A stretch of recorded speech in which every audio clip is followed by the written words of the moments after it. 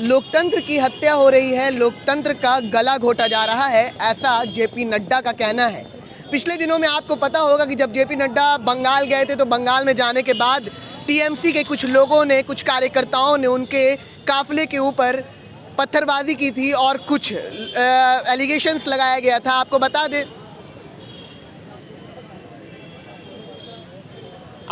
दें कि हम अभी मौजूद हैं इनकम टैक्स गोलंबर के पास, और इनकम टैक्स गोलंबर के पास बीजेपी के कार्यकर्ता हैं, विधायक अरुण कुमार सिंह भी हैं यहाँ पर। हम अरुण कुमार सिंह से भी बात करेंगे और साथ ही हम आपको एक तस्वीर और दिखाना चाहेंगे कि बीजेपी जो बिहार है वो पूरी तरह से आक्रोश में है। जो जेपी नड्डा के ऊपर जो पत्थरबाजी की गई है उसको लेकर के हाई लेवल मीटिंग बुलाई जा रही है। वहीं आज इनकम टैक्स के पास ममता बनर्जी के पुतले को भी दहन किया जाएगा, तो हम वो सारी चीज़ें दिखाएंगे आपको। आप तस्वीरों में साफ तौर से देख सकते हैं किस तरह से आक्रोश जो है वो बीजेपी के कार्यकर्ताओं में आपको साफ तौर से दिख सकता है।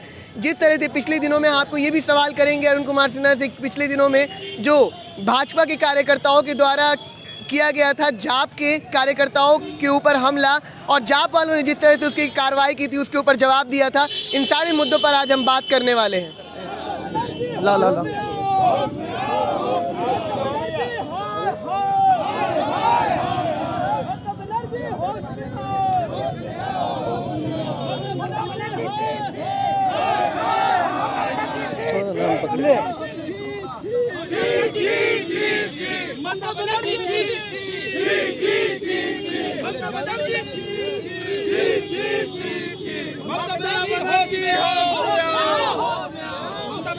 ममता बनर्जी होश में आओ, इंकलाब जिंदाबाद।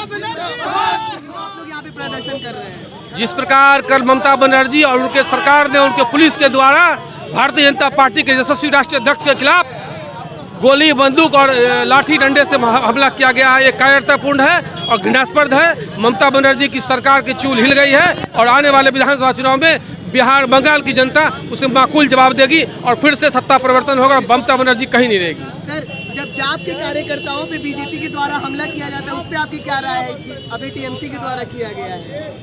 जाप की कार्यकर्ता से कब हमला किया गया था? कभी है नहीं। बिहार इलेक्शन में अब आप बताइए कि कोई कार्यकर्ता किसी के घर में घुस के मारे, बीजेपी के आवास में कहीं जाप वाले गए थे? जाप वाले का ऑफिस में हम लोग गए थे क्या? बीजेपी के ऑफिस में घुस के हमला करे और उसका प्रतिरोध करे तो उसको आप हमला कहते हैं? किस तरह की बात आप कह रहे हैं? इसकी भूरी भूरी आलोचना हो और इस पर कड़ी से कड़ी कार्रवाई हो। कार्रवाई क्या होगा, या तो कोर्ट करेगा या फिर सरकार करेगी, लेकिन हम लोगों का डिमांड है कि यह अलोकतांत्रिक कार्य है, इसका हम निंदा करते हैं और उसके प्रतिरोध स्वरूप, उसके प्रतिरोध में आज हमने पुतला दहन का कार्य। लेकिन आपने जो कुकृत्य कार्य किया है उसका उनको दंड मिले, यही हमारा डिमांड है। बंगाल में भाजपा के करीब 150 कार्यकर्ता की हत्या हो चुकी है, इसका क्या नतीजा चुनाव का होगा? उसका कुछ असर दिखेगा उसमें? इसी के लिए तो हम कह रहे हैं कि सरकार, केंद्र सरकार इस पर टेकअप एक्शन ले और कड़ी से कड़ी कार्रवाई करे, और उसी के फलस्वरूप हमने यहाँ पुतला दहन का कार्यक्रम किया है।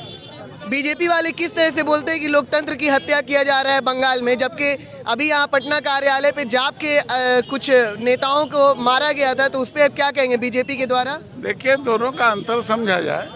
कोई आदमी हमारे कार्यालय में आके हमला किया तो वो तो हमको अपना प्रतिरक्षा किया और वहाँ मारपीट हुई, फिर उन्होंने भी पहले हाथ चलाया, बाद में हमने चलाया। इसकी तुलना आप उसको कर रहे हैं जो लोकतांत्रिक ढंग से हमारी मीटिंग हो रही है और उस पर गुंडों द्वारा पथराव कर रहा है। ये तो वालों का कहना था कि शांतिपूर्ण तरीके से वो लोग जा रहे थे, बीजेपी वालों ने हमला किया था। किसी के घर पर शांतिपूर्ण तरीके से जाया जाता है, गेट तोड़ा जाता है। आप लोग क्या कर रहे थे? फुटेज में तो साफ दिखा रहा था कि वो गेट तोड़ के भीतर घुस रहे थे। क्या बात करते हैं? सर, आपका नाम क्या हुआ? ये माननीय विधायक अरुण सिन्हा जी हैं। क्या? अरुण सिन्हा जी हैं, माननीय विधायक अरुण सिन्हा। ठीक है जी, आपने सुना कि क्या कुछ कहना है अरुण कुमार सिन्हा का, और साथ ही आप देख रहे हैं ATN उर्दू और मैं हूं आपके साथ रैयान अहमद। शुक्रिया।